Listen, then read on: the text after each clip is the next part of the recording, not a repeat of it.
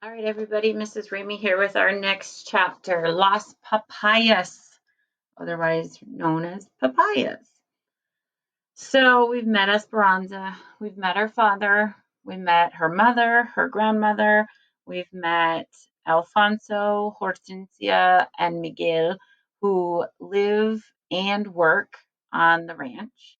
And Miguel is the son of Alfonso and Hortensia, who are the housekeeper and Mama's friend, as well as Papa's friend and the head campesino, the head field worker. He's the boss.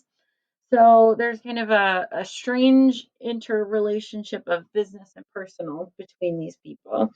And we've learned that a river separates Miguel and Esperanza. And we should have by now already discussed, if we've had class, that it's not an actual literal river that they would cross, but barriers in society that forbid them or prohibit them from really pursuing a relationship in the future based on their social standings. And Esperanza's birthday is approaching.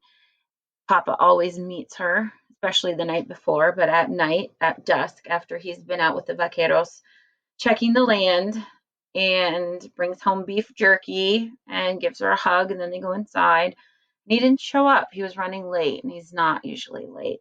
And late turned into not showing, into missing, and things got dark.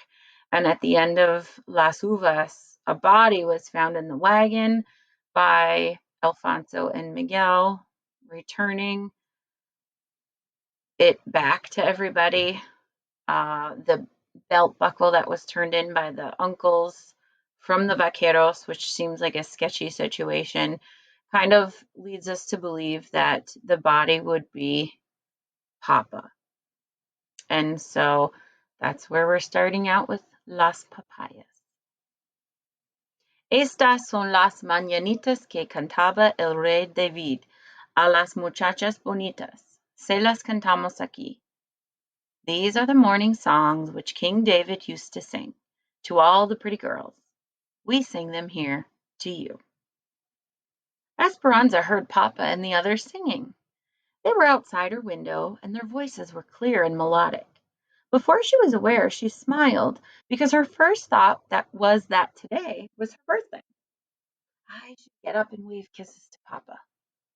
But when she opened her eyes, she realized she was in her parents' bed on Papa's side that still smelled like him, and the song had been in her dreams. Why hadn't she slept in her own room? Then the events of last night wrenched her mind into reality. Her smile faded, her chest tightened, and a heavy blanket of anguish smothered her smallest joy. Papa and his vaqueros had been ambushed and killed while mending a fence on the farthest reaches of the ranch. The bandits stole their boots, saddles, and horses. They even took the beef jerky that Papa had hidden in his pockets for Esperanza. Esperanza got out of bed and wrapped un shawl around her shoulders. The shawl felt heavier than usual. Was it the yarn, or was it her heart weighing her down? She went downstairs and stood in La Sala, the large entry hall. The house was empty and silent. Where was everyone? Then she remembered that Abuelita and Alfonso were taking Mama to see the priest this morning. Before she could call for Hortensia, there was a knocking at the front door. "Who is there?" called Esperanza through the door. "It is Senor Rodriguez. I have the papayas." Esperanza opened the door. Marisol's father stood before her, his hat in his hand. Beside him was a big box of papayas. "Your father ordered these from me for the fiesta today. I tried to deliver them to the kitchen, but no one answered." She stared at the man who had known Papa since he was a boy.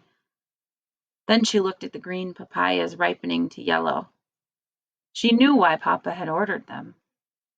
Papaya, coconut, and lime salad was Esperanza's favorite, and Hortensia made it every year on her birthday.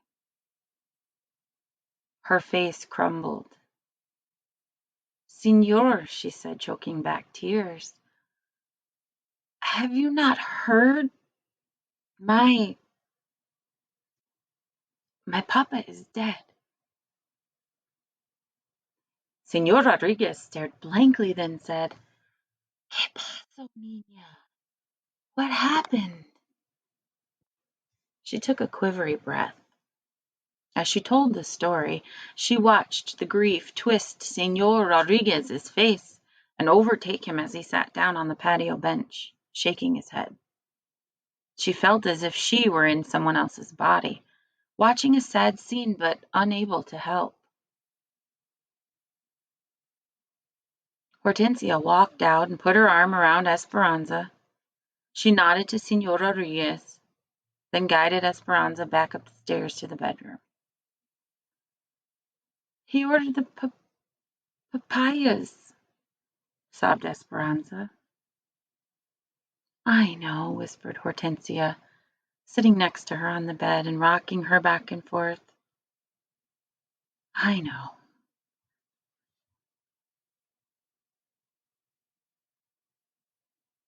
The rosaries, masses, and funeral lasted 3 days.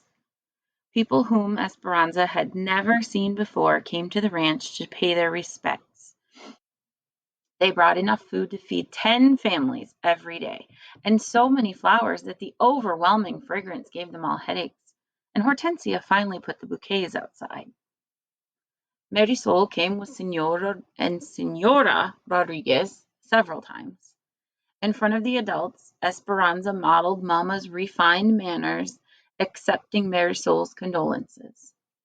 But as soon as they could, the two girls excused themselves and went to Esperanza's room, where they sat on her bed, held hands, and wept as one. The house was full of visitors and their polite murmurings during the day. Mama was cordial and attentive to everyone, as if entertaining them gave her a purpose. At night, though, the house emptied. The rooms seemed too big without Papa's voice to fill them, and the echoes of their footsteps deepened their sadness. Abuelita sat by Mama's bed every night and stroked her head until she slept. Then she would come around to the other side and do the same for Esperanza. But soon after, Esperanza often woke to Mama's soft crying, or Mama woke to hers, and then they held each other without letting go until morning. Esperanza avoided opening her birthday gifts. Every time she looked at the packages, they reminded her of the happy fiesta she was supposed to have. One morning, Mama finally insisted, saying, "Papa would have wanted it." Abuelita handed Esperanza each gift, and Esperanza methodically opened them and laid them back on the table.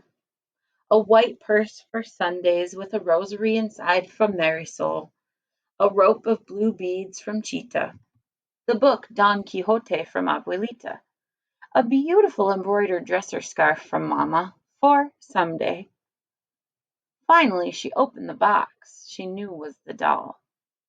She couldn't help thinking that it was the last thing Papa would ever give her.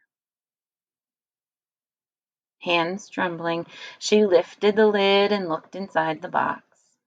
The doll wore a fine white batiste dress and a white lace mantilla over her black hair.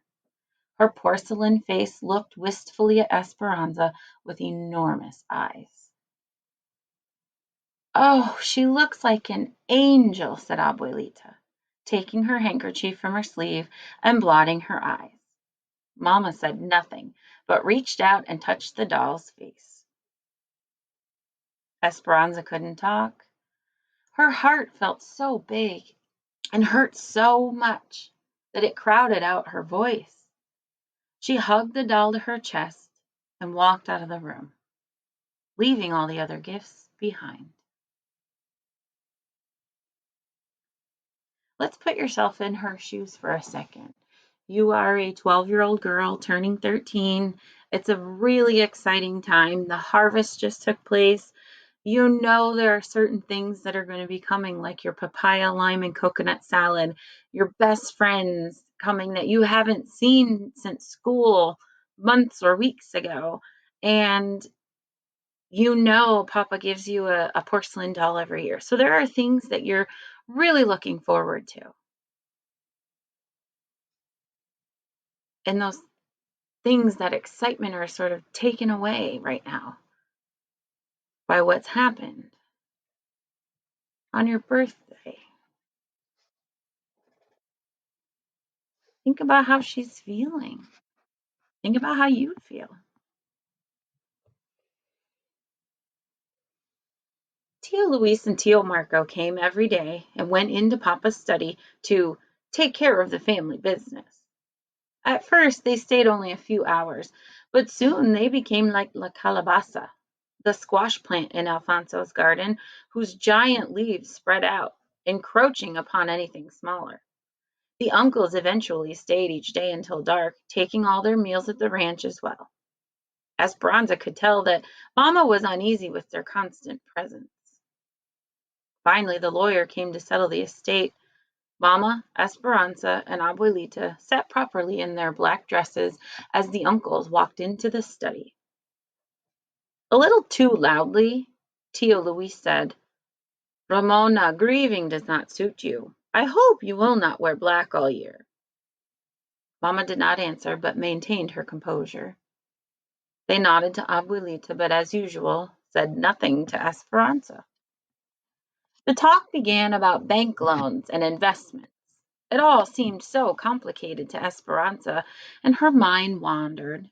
She'd not been in this room since Papa died. She looked around at Papa's desk and books, Mama's basket of crocheting with the silver crochet hooks that Papa had bought her in Guadalajara, the table near the door that held Papa's rose clippers, and beyond the double doors, his garden. Her uncle's papers were strewn across the desk. Papa never kept his desk that way.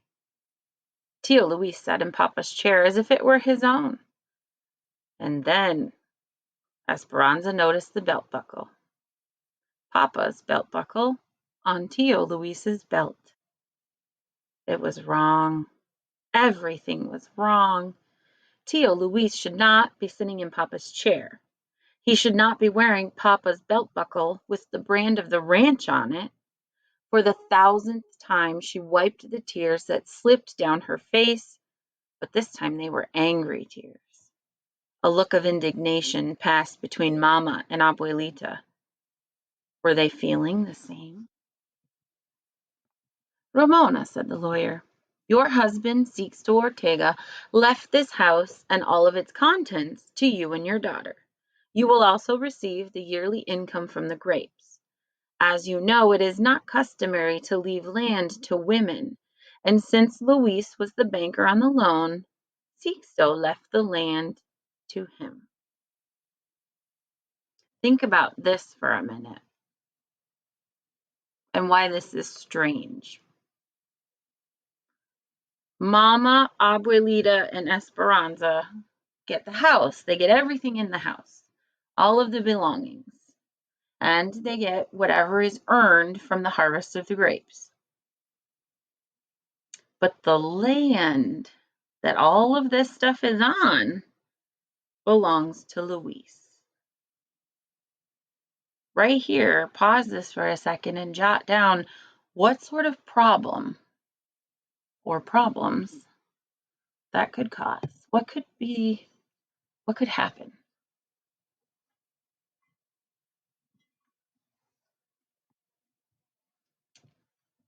"Which makes things rather awkward," said Tio Luis. "I'm the bank president and would like to live accordingly. Now that I own this beautiful land, I would like to purchase the house from you for this amount." He handed Mama a piece of paper. Mama looked at it and said, "This is our home. My husband meant for us to live here, and the house, it is worth 20 times this much. So no, I will not sell. Besides, where would we live?" I predicted you would say no, Ramona, said Tio Luis, and I have a solution to your living arrangements. A proposal, actually. One of marriage. Who's he talking about? Thought Esperanza. Who would marry him? He cleared his throat. Of course, we would wait the appropriate amount of time out of respect for my brother. 1 year is customary, is it not?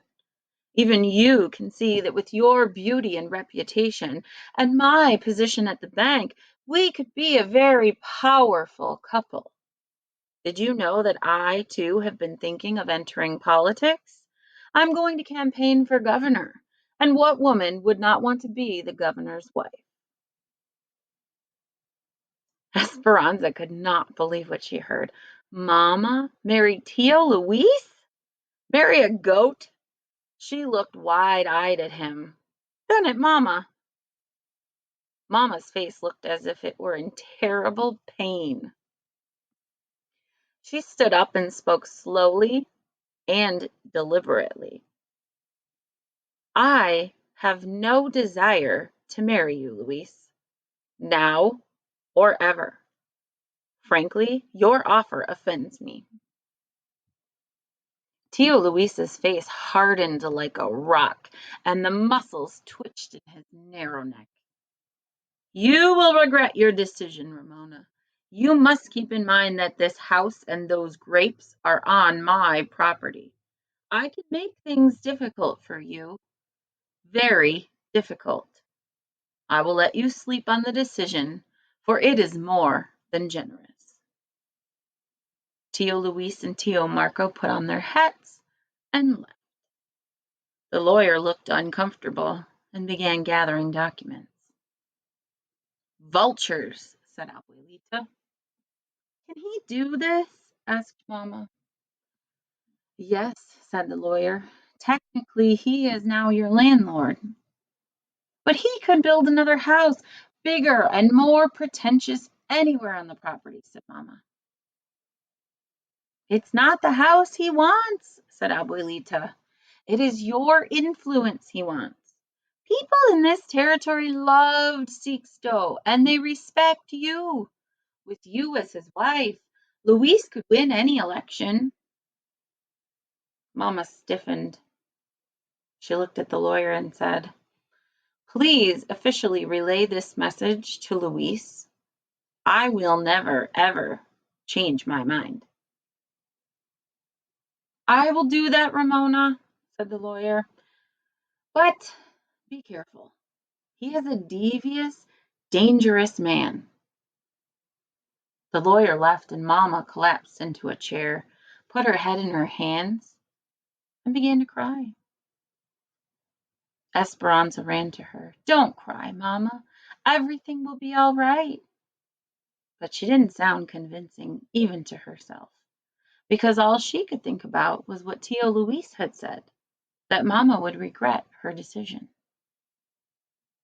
That evening, Hortensia and Alfonso sat with Mamma and Abuelita discussing the problem. Esperanza paced and Miguel quietly looked on. Will the income from the grapes be enough to support the house and the servants? Said Mamma. Maybe, said Alfonso. Then I will stay in my home, said Mamma. Do you have any other money? Asked Alfonso. I have money in the bank, announced Abuelita. And then more quietly she added, Luis's bank. He would prevent you from taking it out, said Hortensia.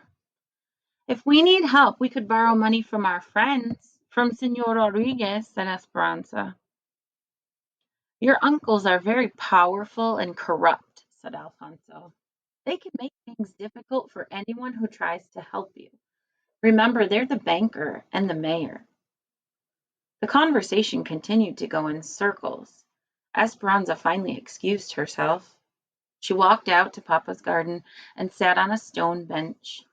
Many of the roses had dropped their petals, leaving the stem and the rose hip, the green, grape-like fruit of the rose.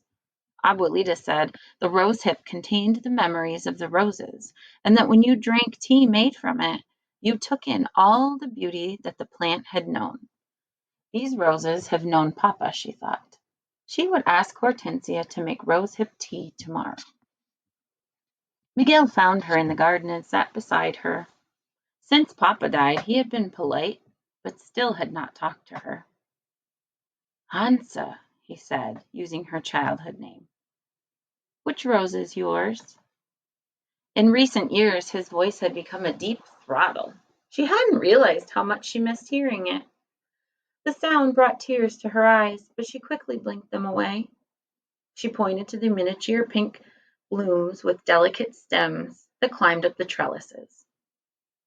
And where is mine? Asked Miguel, nudging her like he did when they were younger and told each other everything. Esperanza smiled and pointed to the orange sunburst next to it. They had been young children the day Papa had planted one for each of them. What does it all mean, Miguel? There are rumors in town that Luis intends to take over the ranch, one way or another. Now that it seems true, we will probably leave for the United States to work. Esperanza shook her head as if to say no. She could not imagine living without Hortensia, Alfonso, and Miguel. My father and I have lost faith in our country. We were born servants here, and no matter how hard we work, we will always be servants. Your father was a good man. He gave us a small piece of land and a cabin. But your uncles, you know their reputation. They would take it all away and treat us like animals. We will not work for them. The work is hard in the United States, but at least there we have a chance to be more than servants. But Mama and Abuelita, they need, we need you. My father says we won't leave until it's necessary. He reached over and took her hand. I'm sorry about your papa. His touch was warm, and Esperanza's heart skipped. She looked at her hand in his and felt the color rushing to her face. Surprised at her own blush, she pulled away from him. She stood and stared at the roses. An awkward silence built a wall between them. She glanced quickly at him. He was still looking at her with eyes full of hurt. Before Miguel left, he said softly, You were right, Esperanza. In Mexico, we stand on different sides of the river.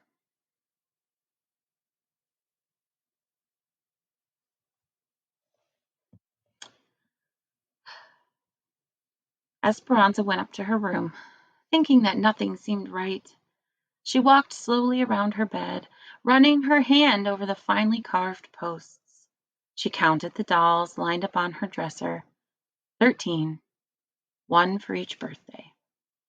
When Papa was alive, everything was in order, like the dolls lined up in a row. She put on a long cotton nightgown with hand-sewn lace, picked up the new doll, and walked to the open window. Looking out over the valley, she wondered where they would go if they had to live somewhere else. They had no other family except Abuelita's sisters, and they were nuns in a convent. I won't ever leave here, she whispered. A sudden breeze carried a familiar, pungent smell. She looked down into the courtyard and saw the wooden box still sitting on the patio. It held the papayas from Señor Rodriguez, the ones that Papa had ordered that should have been served on her birthday. Their overripe sweetness now pervaded the air with each breath of wind. She crawled into the bed beneath the linens edged with lace. Hugging the doll, she tried to sleep, but her thoughts kept returning to Tio Luis. She felt sick at the thought of Mama marrying him. Of course she told him no. She took a deep breath. Still smelling the papayas and Papa's sweet intentions. Why did Papa have to die? Why did he leave me and Mama? She closed her eyes tight and did what she tried to do each night. She tried to find the dream, the one where Papa was singing the birthday song.